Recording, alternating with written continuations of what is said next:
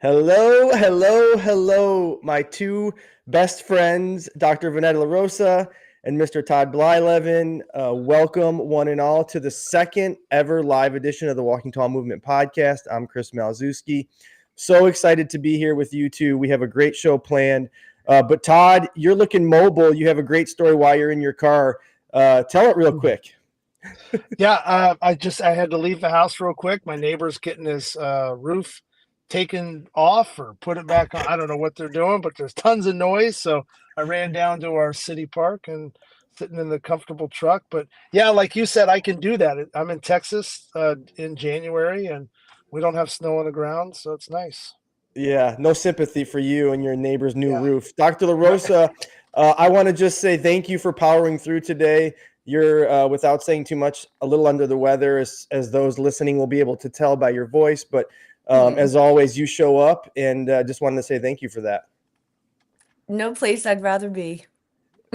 I told you, she did say she was going to be short on words today, Todd, didn't she? Yeah. I just would I'd like a nice cup of soup. That would be nice. so DoorDash.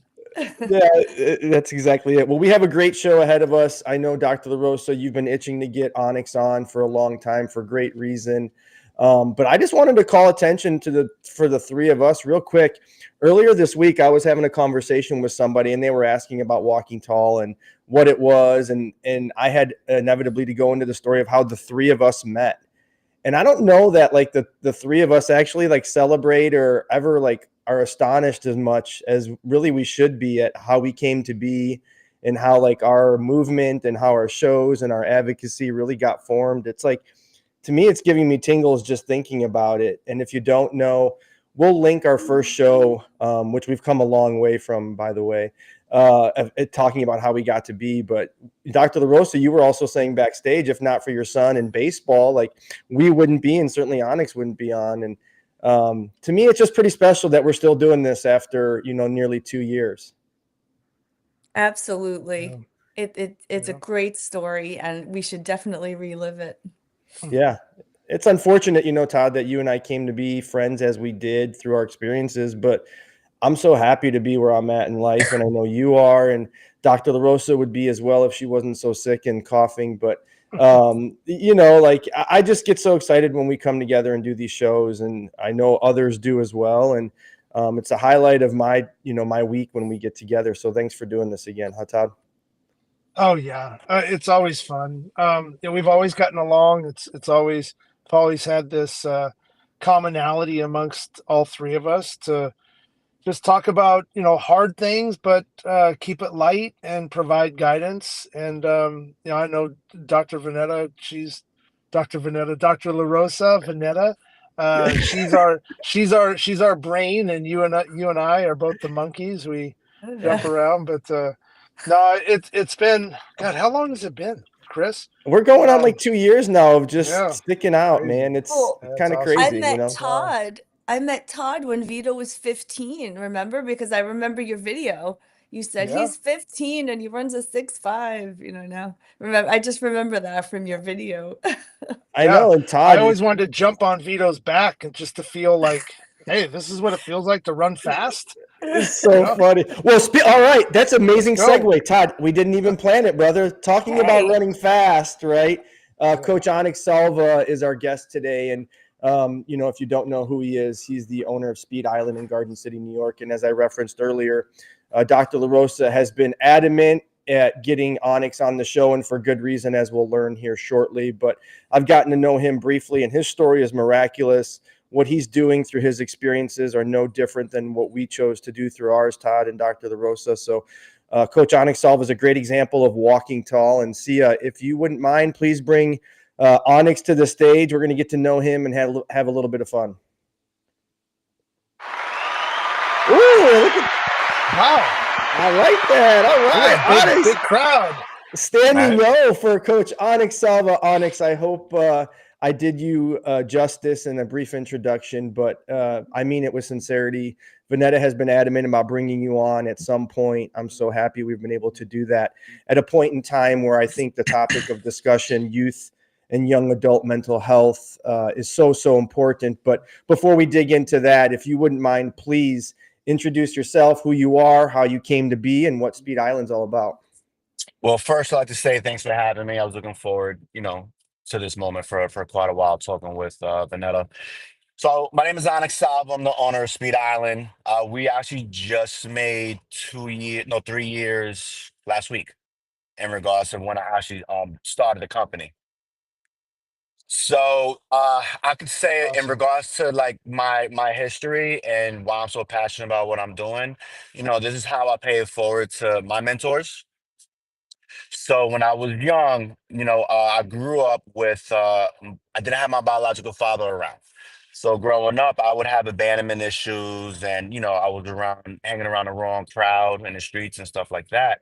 And I was always a talented athlete. We moved out to Limbrook when I was in seventh grade and I went to Marvin High School. And then I played football, and I started running track when I was a junior. And my coach took me under his wing. He labeled me as his son, and I'll never forget this. I ran a 6'4" out of nowhere. It was a 55-meter dash, and he said, "We're gonna have a talk on Monday." And I said, "Okay." So Monday, I got this old man get on one knee, and he says, "If you could please stop your stuff, I'll prove to you that you're not a statistic. All Ooh. right, just let me take you under my wing." And this is the man that he was a huge community leader. He coached an Olympic gold medalist, Derek Atkins, in the '96 Olympics in Atlanta. So I said, "All right, you know what? Um, I fully trust this man." And to make a long story short, I honor him and my mentors through Speed Island. That's how I pay it forward. So they had a non-for-profit where they was able to help out the youth, struggling teens. And he completely changed the direction of my life. So, each one reach one, teach one. That was his philosophy, and I just carried that over. So Can at you Speed stop real quick Island, on it? Can you say that again, slower? Because that oh that like hit home, man. Yeah, yeah, it's each one, reach one, teach one. love it, love it. That's So great. I took those principles, and this is my way of paying it forward. Gosh, man, that just gave me tingles again. I don't know if you heard how we opened the show, but I got the goosebumps, and it's not because it's below zero, unlike you, Todd. But Onyx, talk a little bit about yourself as a young athlete, if you don't mind. Expand a little bit on some of the troubles Mhm. maybe you were getting into that your coach recognized that, hey, timeout, that's not good enough for what he now called his son. And then, if you don't mind, what exactly is Speed Island? What are you doing to mentor youth athletes, particularly in your hometown? And how do you take that a little bit further than most coaches normally would? Okay, so I'll answer the first question first. So when I was a high school athlete, I had a lot of anger issues in me. So while I was playing football, I was an aggressive baseball player as well. I played shortstop. I was always talking, but I couldn't handle my emotions. So if I struck out, I was upset. If I didn't do well in football, I was upset. Um, and that was a difficulty that other coaches had, was how do we reach Onyx, right? But with Coach Britt, it was more about me as a person, not the athlete, right? So once I saw that he loved me and cared about my well-being as a person outside of sports, he had me. He had me. And I never forget this. There was a time I was a really good baseball player, right? And I grew up playing baseball, and I ran track as a junior. And here we go, spring season, baseball or track. So baseball coach says I had to choose. Britt said, "Listen, we could work out in the morning. Baseball is your passion. We'll do that. We'll work around it." I chose track. So that was my upbringing as an athlete, and I was the first person in my family to graduate college because of him. I never, Amazing. and yeah, I never knew that I would be able to reach that, but it was handling my emotion, handling my abandonment issues growing up. He was able to help me channel all that into positive energy, and that worked in my benefit. So at Speed Island, what I do is, see, I require, as part of registration, each athlete has to give me their academic transcripts, right? So you need at least a 70 or above in each class every quarter in order to stay eligible to train at Speed Island. So that's my way of letting them know, like, this is bigger than sports. I need to make sure you're good academically. So parents, I get the buy-in right away. So when we get the athlete in, I have a lot of heart-to-hearts with them. And I say, what are your dreams? What are your goals? Where do you see yourself in, after high school? I take that approach with them. The success they've had in sports, that's just a byproduct of the mentorship aspect of it. I have one person, he helps me out and some of the athletes out with the mentorship part of it, because mentally, you know more than I do, it affects you whether you run, if you run well in a race, or if you don't run well in a race. It could affect you for the next 2 or 3 track meets or the next 2 or 3 games. And then the pressures of recruiting, that's a big issue. So athletes come to me around 5 o'clock in the evening, right? And then on the weekends, it's a long day. You go to school, you got to study, you got, whatever social aspects you got to do, and then you got to come to Speed Island. And Speed Island isn't easy. So, sometimes, well, a lot, yeah, it's not. It sounds scary. Looking for old fat baseball pitchers like Todd and I, and I don't, Todd, we're not fat by any means, but that's just Speed Island sounds scary. So Onix, I want to just stop you right there because you've said so much that I just want us to unpack, if you don't mind. Sure. First off, obviously Todd and I have an extensive background in baseball as well, and having coached, and Dr. LaRosa having grown up in the game herself as a young girl, and now both, Vito playing and stuff. It's just amazing to hear the impact coaches really have on our lives, right? And here the coach had on yours. And Todd, I know you've talked and we've had great conversation about your experience in baseball, but hearing Onix's story a little bit as growing up, what kind of memories and what's some of your great thoughts about some of maybe your past coaches? It's so awesome to hear you give back to the coaches and the mentors that helped shape your life and where you are today. And I give a lot of praise to my high school coach, my Connie Mack coach, my first minor league professional coach. I mean, you have all these milestone people that teach you different life lessons along your journey of life, and the resilience piece and how to cope with certain difficulties that you run into. And you had that difficulty growing up. I think you had me when you said you were running a 6'4", and I've never run a 6'4" in my life. Did you even drive that fast to the park? Yeah, no. But I remember a coach McNair. He was a running coach, and he worked with guys like Gary Pettis and Devon White back in the day, and Luis Polonia, guys that could really scoot at the big league level. And my whole thing in baseball, and I was a quarterback in high school, was I wanted to get faster. And I remember working with him, and I never realized that it's not just about running, it's about the form, right? And it's about the foot placement. And there's so much that goes into it. It's a science. You got to have God-given ability, but there's a way to make yourself better. And I just remember he made me a better runner, but he also instilled confidence in me to just be a better person. And that was one aspect of my life where I felt like, I can't do that, when really I could be an average runner and I could compete, right? And it just made me feel good. So I don't know. I love your journey. I love how you're giving back. It's so cool. Appreciate it. Yeah, and Dr. LaRosa, we'll get to you because I'm excited to hear your firsthand experience, and I'll ask you a few questions differently. But it's funny. I was playing around on social media, maybe today or the other day, as I often do, and there was some post or something talking about success as professionals, right? And how maybe at times others step on each other's toes to get ahead in life or climb up the ladder, and I just thought, wow, how much things have changed for me, right, Todd and Onix, and even Dr. LaRosa, you could probably attest as a young adult, right? Success looked so different. It looked as if I wanted to get that scholarship. I wanted that 6-figure salary. I want all of these things. And now as we get older and we realize what's important in life, I define success as like, hey, I was just invited to my former employee, who I was their boss, if you want to call it that, for a few years, to her wedding. Or one of my former players brought his son to my baseball camp. You know how impactful that really is. And Onix, it's just so inspiring to hear that not only are you able to train athletes get really fast, something like Todd I was never good at, being 5'10" and a squatty bodied pitcher, but you care about the development of them as people, right? And that's so impactful as a coach. And part of the reason why, Dr. LaRosa, you wanted to have Onix on is you were pleading with for many, many moons, and I'm glad it finally worked out. But your son, your family has been directly impacted by Onix's work, and I'm just so excited to hear, kind of firsthand all of your thoughts, if you don't mind, and your thoughts about the development of young adults in general as well.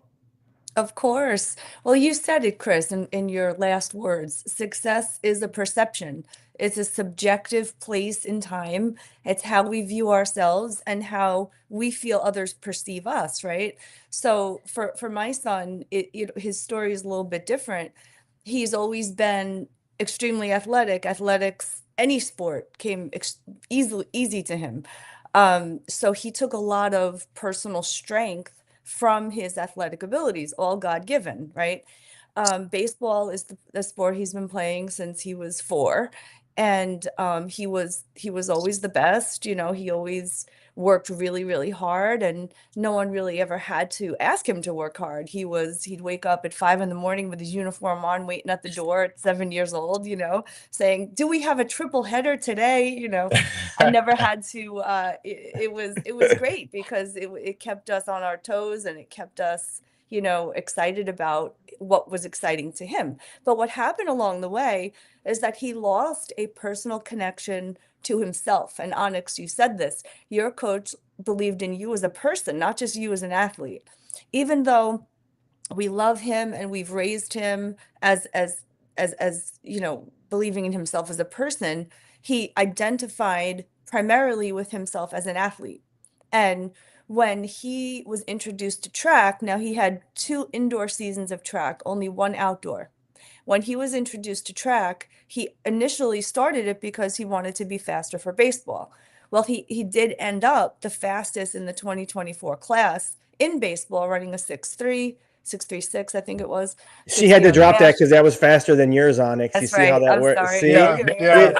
No, but I can Jeez, answer real quick. Vanessa. Like talk about the experience. I know you're getting to it, but Vito, what was it like working directly with Coach Salva, and Well, what do you believe so greatly in? Yeah, that's where I was kind of going, because when Vito heard about Onix, he heard about it through one of his friends, somebody he admired, a year older than him, who was a really fast track runner. And he said he trained at Speed Island. So Vito's like, I really want to check this place out. I really want to go, And I think he might have been 15 at the time, or maybe turning 16. I can't remember. But we went, and what I remember at that time was something changed in him. He started to see himself as part of a family. He started to see himself as part of an integral group of very successful athletes, and being around them and being with them helped him to believe in himself in a different level. I still remember the video where he ran a 4.440 at Speed Island, and he's with some of your coaches.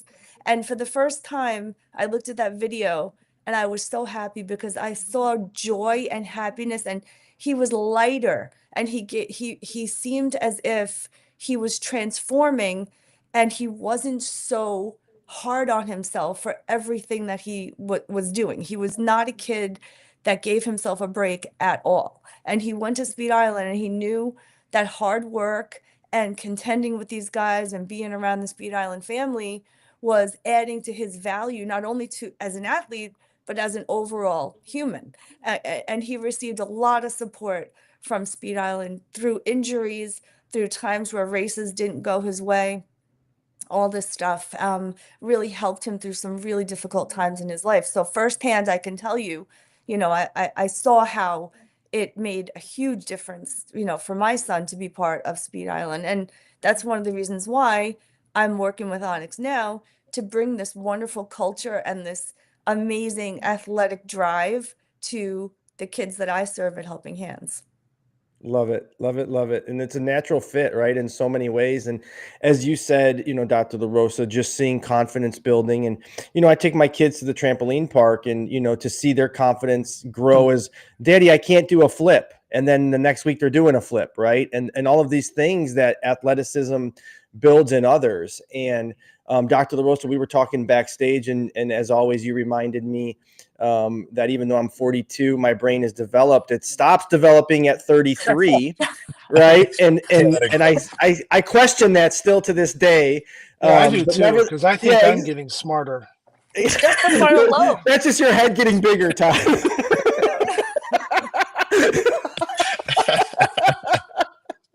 That's the beauty of a live show, right? Like, think about that.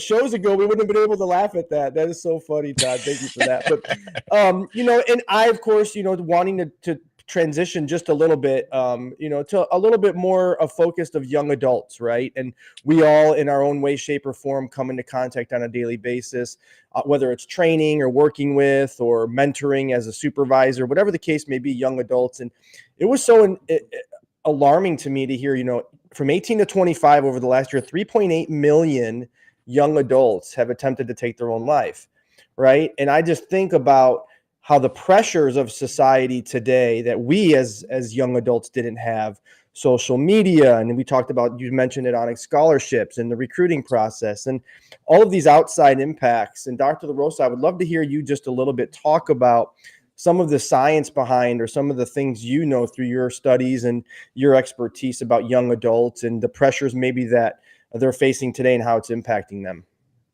Well, in terms of mental health for teens, we have to understand that the manifestation of a lot of these symptoms is not what we would traditionally see in adults, right? So we might see things like anger issues, angry outbursts, or frequent physical complaints, or neglecting their personal hygiene, or the classic symptoms, withdrawal and changes in appetite and things like this. It all may come together, but it could be so quickly masked by their attempts at self-medicating with drugs or alcohol, or even vaping, for some degree. And kids do all these crazy things that I hear about now, taking nicotine pills. I couldn't even imagine half the stuff that goes on, or what would provoke them to do all these different things. But the pressures are so high. And I know that in the school system, there is no time to stop and take a breath. There's no time for a kid to say, I'm really anxious. I cannot come to school today and take this midterm. There is no, when we were kids, the workload wasn't nearly what it is now, right? And some of these kids, they just don't have a break, and they have to constantly perform in the classroom.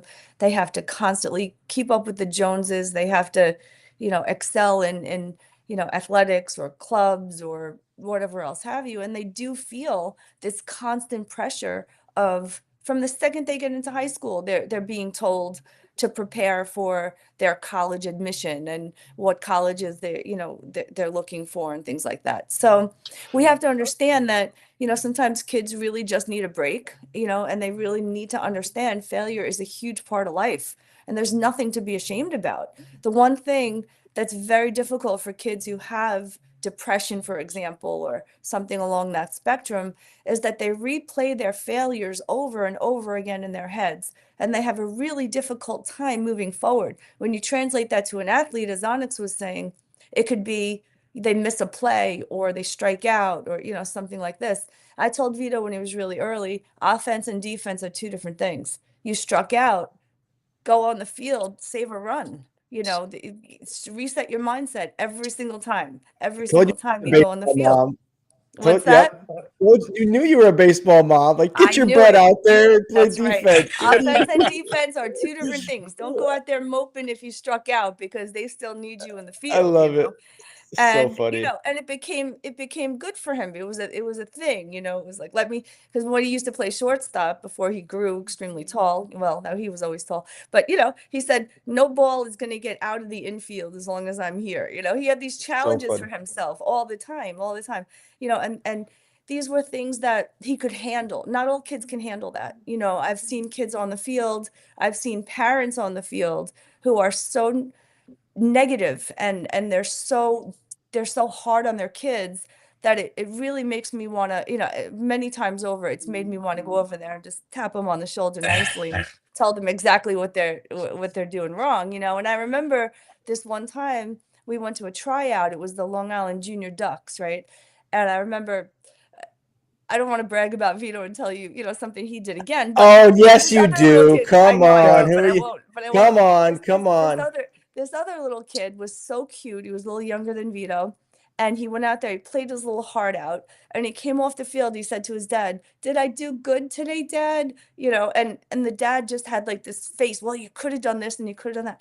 And so I had no choice. I had to interrupt and I said, "I loved how you made that play. And, you did so Well, good today." Like I just cut the father right off at the knees. And I really hope that he learned something in that moment in time, because I saw how vulnerable that little kid was, how much he just needed his dad to say, "You did a great job." Sometimes 100%. it's not about how they perform, it's about how they feel about themselves performing. And Exactly. a lot of this ties into their development, not only as an athlete, but as a person. Hmm. So I think that in sports and anything else, I think that people really need to lead with a little bit more empathy. I'm not saying that there isn't a place for toughness and, coaching at a highly competitive level, because of course there is. But there are plenty of times too when that little athlete just needs development, and he needs empathy or she needs empathy and understanding. 100%. And Todd, we talk a lot about the pressures of athletes and young adults in general, you being the parent of two college age students yourself, and they've had their own, I don't want to say struggles, because we all have challenges, right? We all have life throw different curveballs at us, if you will. And, you growing up as a young adult and being so talented as an athlete, and then obviously being the son of a Hall of Famer provided a whole new level of, I'm sure, different challenges for you. And so I'm so excited to hear about not only how you grew up and, talking a little bit about the challenges you may have faced, and now seeing what you're seeing in your own kids and how so much that's changed. Well, I agree. It looks like we lost Vanetta there for a minute. But I No, think that, I was oh, just coughing. I'm sorry. sorry, Vanetta, quit coughing. Jeez, let's go. Tough this out. I'm just kidding. Now, I think when we look at the pressures of life, every generation has had pressures. Our grandparents had the pressures of war, and their parents before them and their parents before them. Every generation has had the pressures of life. I know growing up myself, I was playing 3 games a day. I was constantly, questioning my own ability. I had pressure all over the place.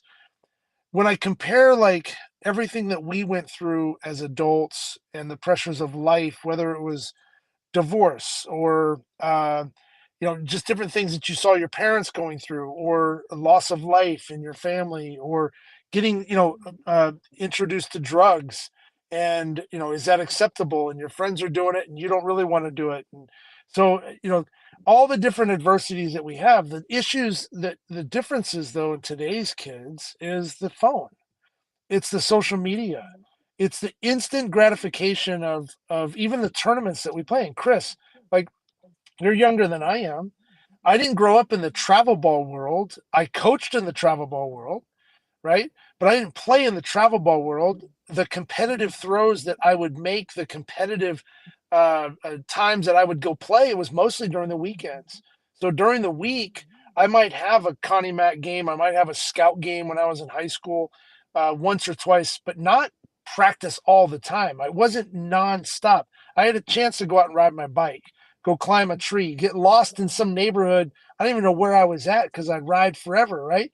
I'd wake up in the morning, wherever I was dirty. If we were living in Pittsburgh or Cleveland, sometimes I'd go get in the woods and I'd have my army fatigues on as a kid and I'd go climb trees and I didn't even know where I was at. But that was before social media. Now there's all this pressure. I look at even like the awards that people are getting, the big old giant rings when you play in a tournament, that you're playing for these gold medals and all these things. And Onix, you're in this every day now, dealing with the pressures of these athletes, like not only wanting to succeed at home or succeed for their schools, but the social media aspect has to play a huge part on this Mhm. instant gratification, right? So Yeah. this is such a great topic. And how do you continue to foster the communication that you're instilling right now, Onyx? I know, Chris, that you've done with your kids, and when you work with kids, and me as well, and Vanetta being the parent she is, how do you continue to foster positivity in these kids' lives to let them take a break, to let them know it's okay to raise your hand when you're not feeling right, that it's okay to Mhm. fail, right?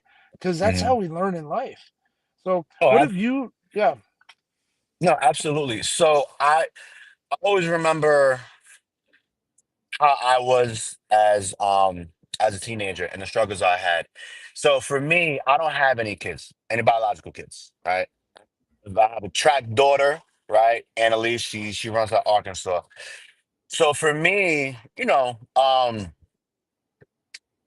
if I know my athletes pretty well. So every time they come in, if I see something's off, I give them a look. They all know me very well.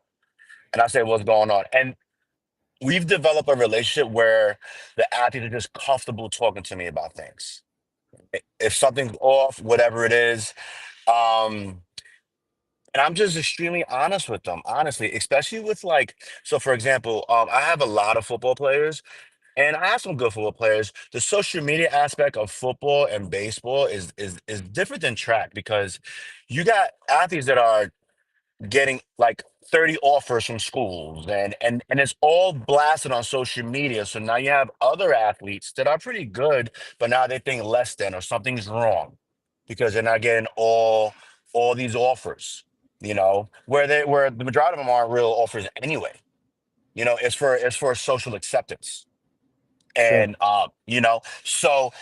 so for right now I have a few athletes. I have one in particular where he has three really good Power Five schools interested in him, and it was tough the past 3 months because he had no one interested in him, and he's seeing his peers post. So I feel like the social media aspect in regards to sports and getting scholarships puts pressure on a lot of other athletes to the point that they feel like they're less than or they're doing something wrong.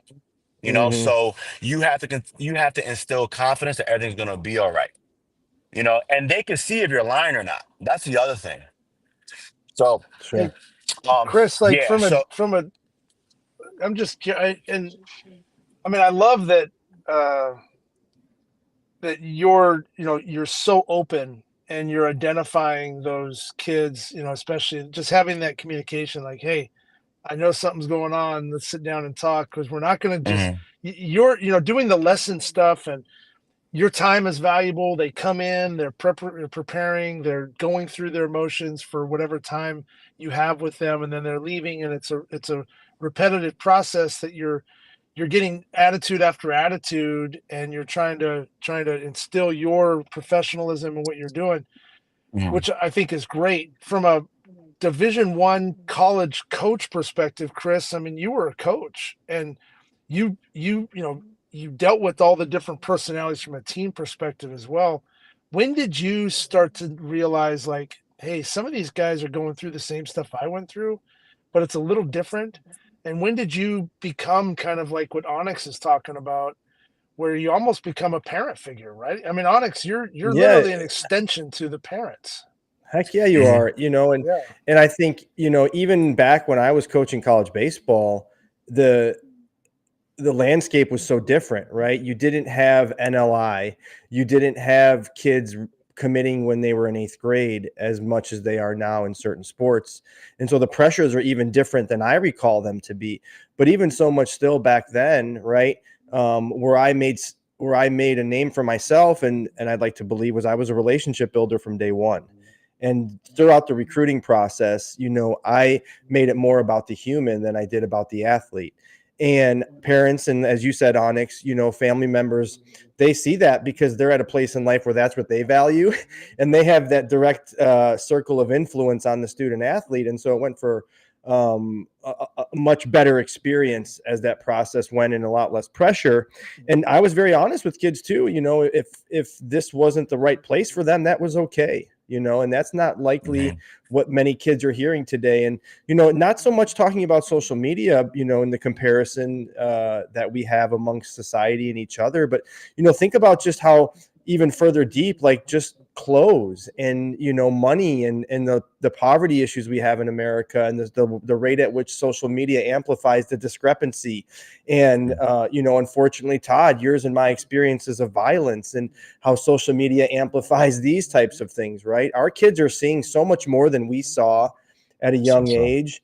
And it's alarming, right? And how do we as adults, right, and as leaders, empower young adults to say, hey, this is how we lived, it's just moving at a faster rate, and here's how we can help you get through it. It's just something that is moving too fast for all of us, and certainly for our 18 to 25 year olds, as I mentioned earlier. So Onix, how do you relate today to some of these young athletes, these young adults who sometimes feel like they're unrelatable? Well, they keep me young. I'm 41, so I'm still like a 40, I would have thought There you 21, go. brother. Come on. Yeah, you're still running a 6'5". Yeah, yeah. it's incredible. So, they keep me young, and then I have younger brothers as well. So that's how I stick with the times. And then I play a lot of music in my facility, and I play a lot of Rocky, a lot of old school stuff, and I date You play myself, Pearl Jam right? by chance? You play Pearl Jam by Yes. chance? Oh yeah. Oh my I God. knew Todd, come on. I had to drop it in. All right. So, And Vanetta's shaking her head at Pearl Jam already. you know, so that's one of my ways how I could connect with them. Coach, why didn't you play this? I'm like, who's that? So that's kind of how I keep with the times. Um, to try to get that buy-in. I kind of go, well, back in my day, I can't even believe I say that now. Like, back in my day, this is what we did. Oh, well, no, we do this. So I have those conversations. Or when after they're done with their cool down, I make sure they foam roll and recover. That's the downtime. They got on the normative boots. So I sit with them a lot of times and we just talk day-to-day stuff. So I'm able to learn more about their day-to-day. And the other thing is the parents speak to me a lot. They say, listen, my son, my daughter, this is going on. Can you talk to them about this? So I'm getting information from both sides, because it's tough because sometimes they play a song and they mention a rapper's name. I'm like, who is that? you know? Listen, it's So, not just young adults. I have a 10-year-old daughter. She had a birthday party a couple Mhm. weeks ago at a skating rink, and she's asking for Travis Scott. And I go, who is? I mean, I kind of knew who he was because he had a McDonald's meal or something, but I get it, right? Yeah, And you guys all know how I feel about music. But what I wanted to say, communication is so important. And it is. Dr. LaRosa and Todd, I know you both have young adult children, and I admire your relationships with them so much because you guys are able to communicate. Todd, whether it's with you and Dylan and Gracie, or Dr. LaRosa with you and Vito and Anthony, you guys know what's going on in their lives, and you're not afraid to share it with friends like me. And so, Todd, I want to know, like, you as a parent, how are you able to foster that relationship that is an open line of communication with Gracie or Dylan, and how how are you able to combat some of the pressures that they're experiencing in today's society? Being kind, being empathetic, allowing them to understand that me as a grown man, that I can show my vulnerability, that I'm not perfect, showing my imperfections, letting them know that life is not perfect.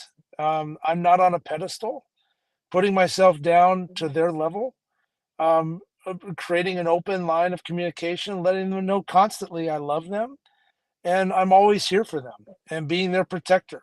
Um, I think that's what they need too. They don't need. It's tough, and Onyx has brought this up. Vanetta was bringing it up. We're all talking about it. It's tough. They don't need to be tough all the time. And I think as a Hmm. parent, we need to be able to show our own vulnerability to these kids. We Mm-hmm. need to be able to not be embarrassed about it. Let them know, hey, I screwed up too. I made mistakes. Like this is how I learned from those. Provide that guide, and not to keep pumping you up, Onyx, because I was a coach. I had an indoor training facility. I worked with hundreds of kids as well. I saw those kids come in, and a lot of times you do become that extension, that resource for the parents to be able to gain information on, hey, how's my kid doing? Does he talk to Yeah. you? Does she talk to you? Um, so it's opening up the opportunity to even have a conversation with someone like yourself, Onyx, that's in the weeds with their Yeah. kids, once a week, and not just sit there as a parent and then go home. You've got so much information to provide. So that's how I continue. It's a constant battle. You're always like they want their privacy. But I tell them I love them. We're a Mhm. big faith based. I I love to, Gracie and we go to church every Sunday, and Dylan will go every once in a while with me, and I got to try to, drag him out, but that's his choice, and yeah, it's great. So that's how I do it. Um, Man, I love it. And that's why I admire you, as a man and as a father. And as you may, as Todd, you and Dr. LaRosa know, Onyx, I have a 10 and an 8-year-old. And I tell my kids I love them almost too much. And, Dad, we know, and I'm overly affectionate. My daughter cringes and I give her big old hugs and kisses all the time. And luckily, Lucas, my son, my 8-year-old, he's still at the point where he wants to snuggle with dad. But, and that's so important, right? And, particularly being a single dad, only being with them half the time, I have to be not overly, right, because I still have to honor their individuality and things of that sort. But it's important for me also to be affectionate. I'm a hugger. I don't know if that's a Midwest thing or what, but and young adults the same. I would hug my players. I would hug. When I was a supervisor, if I would have a young adult come into my office crying over something, I would thank them. Thank you for trusting me enough to cry. You know how important that is, as opposed to saying, "What are you doing crying?" Or "We never cried back in my day." Like gone are those days. And so, Dr. LaRosa, as I mentioned, I envy and love your relationship with your two sons. What are some of the tips and tools you've utilized to having such a great relationship with the both of them? Well, as usual, Todd stole everything I was going to He, say. oh, So, wait, see, Alex, this is a running yep. joke. it's usually Todd reversed. always wants to talk about the medical aspects, and Dr. LaRosa wants to just talk about the normal. No, that's just It's kidding. usually That's funny. Yeah. but you hit it right on. You said it. Vulnerability is the key to trust and openness. And we are all, a lot of parents I've noticed, will withhold their own shortcomings and not really talk about that time, that they didn't do so well in high school or something in life, because they want their kids to do better, and I get that. But life is not without backslides. Each and every one of us have periods in our life where we have to live through bad decisions and mistakes in order to grow from them and learn. And I think, in our society, parents want to take that learning curve away. They just want to create a safe atmosphere where their kid is never challenged, hurt, and never fails in any way. And that's not life. That's not Mhm. reality. Um, I remember as a kid, I forgot my gym shoes every single Friday. I'm sorry about my dogs. That's that little ADD, in me. And it was, time and time again where, is that my son playing with the Yeah, dogs back yeah, there? Oh, goodness sake. it's so Well, funny. yeah, but my parents Speaking of let young adults, I'm kidding. I'm kidding. Yeah. I had to learn. I had to learn. And then, eventually I'd put my gym shoes at the door. I went to Catholic school, so we had to change our shoes and all this. But, I put my shoes at the door, and I remembered, because I didn't want to be the kid not able to participate in gym or sports, because I loved it, just as well. But I learned my lesson. It probably took me 3 months, this constant forgetting before my parents let me make that mistake. They let me make a lot of mistakes Mhm. until I was able to learn to be resourceful for myself, figure things out, and problem solve. And I think that's one of my greatest attributes, one of my greatest, you know something that's helped me become successful is my resourcefulness. And I learned that because of being allowed to fail. Yeah, failure is a huge part of Mhm. life, as we all know. And yeah, my mom is chiming in. I'm just looking at that comment. She That's thinks awesome. she's still playing. I don't know. Don't you have anything better to do, Mom? Get out of here. No, just kidding. But, at the end of the day, Onyx, That's what awesome. we've just described, and Todd says it best, right? Vulnerability, approachability, Mhm. application. Like that's exactly what Walking Tall is really all about. Like you may not know exactly what we promote and what we advocate for, but like you're a living testament to it, right? And empowering young Appreciate it. adults and uplifting them through some of their God-given abilities and enhancing them and your expertise, but also ensuring that, you know, they're doing things right and that they're developing as young adults and humans and at a level that are contributing to society in a positive way. Right. And Yeah. so I just want to, one more time, like if you have anything else you want to say before we turn off today's show, but, I want to give you the stage one more time. Like, where can people find out more about you and anything else you want to say?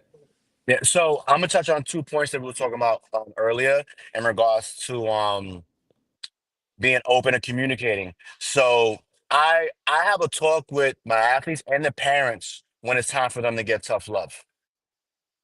Dr. LaRosa, we had many talks, and there was one time I was like, I got to give your baby boy some tough love a little bit, and she's like, go ahead, and he responded very well, and had an amazing spring season, you know, um, and and I feel like that's when they could receive it better for me, right? And then in regards to being vulnerable, I never forget this because it broke my heart. It was Annalise Batista. It was the national championship. She won states a week before, and she didn't run as well as she could have the first day. The second day she did awesome, but she came off and she was upset. And I ran up to her and I said that was my fault. I ran, and I told her why. And it kind of, she kind of looked at me and was like, she gathered herself. And then Sunday she ran amazing. But it's as a coach, as a mentor, if you if you miss a step or if you did something that you feel impacted the athlete negatively, like in regards to their performance, I own up to it. I say, listen, we're gonna figure this out. That was on me. And I was stressed. But it worked out for her, right? Because she got a scholarship. So and that's where we get the buy-in because we're all human. We're not perfect. So, and in regards to finding me, I have my website, speedislandny.com. I'm all over Instagram with the social media content, and right now we're finalizing my own facility. So, I close next week. So it's a dream come true. But I'm not here without the parents, the athletes, and everyone that has been advocating for me. So, it's really is. I'm just extremely thankful. Man, oh man, congratulations on your new facility. And that's going to be exciting. I can't wait to see photos and how your community and your athletes will not only benefit as athletes, but just having a safe space, right? That's so Hmm. integral in today's day and age, is to have that place where you can feel at home if you're not at home, and you have somebody looking out after you, as I know you do for so many. So Onix, thank you. And Todd, are My you back pleasure. with us? Everything's okay over there? Can you see me? Yeah. I don't even Yeah. know what happened. Like it dropped off, and now all of a sudden I'm like magnified. Hello. I love. Well, Todd, That's we're just crazy. we're just wrapping up today's show, and there was just so much great things that we discussed, and you had so much great insight today. And one thing I wanted to highlight that we often get highlighted or we get commended to you and I is about being male and being so vulnerable and being so open about our experiences. And Onix, you being a male and a minority as such is even more needed in today's society. So thank you for that. And Todd, I just wanted to get your parting thoughts, before we sign off today's show. Yeah, no, I thank you, Onyx, for everything you're doing. I think, the last part that you just touched on was super important too for us to understand that it's okay to have those tough conversations. It's okay to allow other coaches and mentors like yourself to ride our kids a little bit, to kick them in the butt, to to have those hard talks. Sometimes Yeah. we as parents can't do that. And so you got to be able to open that up and trust who you're giving that power to. And it's amazing that people are giving that power to you to shape, and that's a true testament of how far you've come in your life, and you have so much to provide. It goes beyond just Appreciate teaching that. them how to run, right? So I love what you're doing. Yeah, keep that up. Don't change that mentality. Be that rock. Keep walking tall for all those kids and those parents, because it's about them too, right? It's not just about the Hmm. kid. It's about the journey of their life, and it affects their family, dinner table conversations. all of Mhm. it. So keep being a positive figure, brother. You're doing Yeah. amazing things. No, I So appreciate Yeah. that. yeah, Yeah, and awesome. Dr. LaRosa, it doesn't surprise me that you would yell at your son in the middle of a baseball game to forget a strikeout. Now, listen, it's kind of a backhanded compliment, but you're powering through today's show as you would always encourage your sons to do. And, thank you so much for all of your input today and toughing it out as you're not feeling well. But man, you were beyond right when saying we had to get to know Onix. What an impactful show. And I'm just excited to hear your final thoughts. Yeah. Well, now you know why I want to bring Speed Island to my kids at Helping Hands, because even though they have disabilities, they can benefit so much from the power of being part of an athletic community, part of a group. You see, Helping Hands, the nonprofit, is based on the power of peer modeling, right? Peer mentorship. And ever since the beginning of time, when I started this nonprofit, I had kids from the community come in and volunteer. So Vito started volunteering, some point like elementary school. And I had kids from everywhere come in and learn about the kids with, disabilities and lend their mentorship. And it created such a wonderful thing. It created a place where you're not training everything that you see, where you have kids with disabilities acting in ways that therapists and parents never would have expected, doing things that were completely typical, if you will, in some ways. And the power of mentorship and relationships at that level, I have seen it, firsthand for many, many, many years. And, the athletes at Speed Island are the type of kids that will want to give back. They will want to mentor, and they will want to make each and every kid that we bring in there from Helping Hands feel like, an Olympic hopeful, if you will. And that is a feeling and a gift in life, I think, that all young people, all young people deserve. They should go there and they should have their talents realized, and they should feel successful for what they can do. So, I say athletes of all abilities, and that's what we're striving for. And if not for my relationship with Onix and knowing the great things that he does, I wouldn't have necessarily brought back Helping Hands to the community, because it's a nonprofit that has existed since 2004. We were very successful. We had at least a good decade of providing this recreation based services, and then COVID hit, and unfortunately we had to close our doors, and I have not brought it back to life. And I'm only doing that now because I really truly believe in everything that Onix is doing at Speed Island, and I know that it's going to bring a quality of life improvement to the kids that we serve at Helping Hands as well. So I'm really excited about that. So, so keep in touch with us. I know Walking Tall is going to be partnering with us to do a fundraiser to, kick off the Speed Island nonprofit mentorship relationship. And just stay tuned for that, because we have a lot of good things coming. Yeah, no, you said it. Both you guys, as always, said it best. And Onix, it's just been great to get to know you. Your story is so inspirational on many, many levels, and I just can't wait to continue to develop a relationship with you. But before we sign off, I'd be remiss if we didn't thank Sia Yasatorat and Brilliant Beam Media. So, Sia, if there's a round of applause you can give for yourself, please do so. Your support Thank you, Sia. yes. Your unwavering support of Dr. LaRosa, Todd, and I, and the Walking Tall movement is just so inspiring, and we can't thank you enough. So thanks for producing, as always, a great show. Guys, if this hasn't left a mark, I don't know what will. It's been really important and a great conversation, so thank you all. Please subscribe to our channel, walkingtallmovement.com. We're on all the Instagrams and all of those things. Please follow Coach Onix Salva and Speed Island. And there's usually one more thing we like to tell our guests before we sign off, and that's walk tall. So, Onix, if you don't mind, you want to lead a little walk tall before we say goodbye for the weekend? Sure. How do I lead it? I don't. You just gotta say, "Have a great weekend, everybody. Walk tall." Well, have a great weekend, everybody. Keep walking tall. I love it. Yep. Walk tall. Thanks, guys. Have Walk a great tall, weekend. everybody. Tall.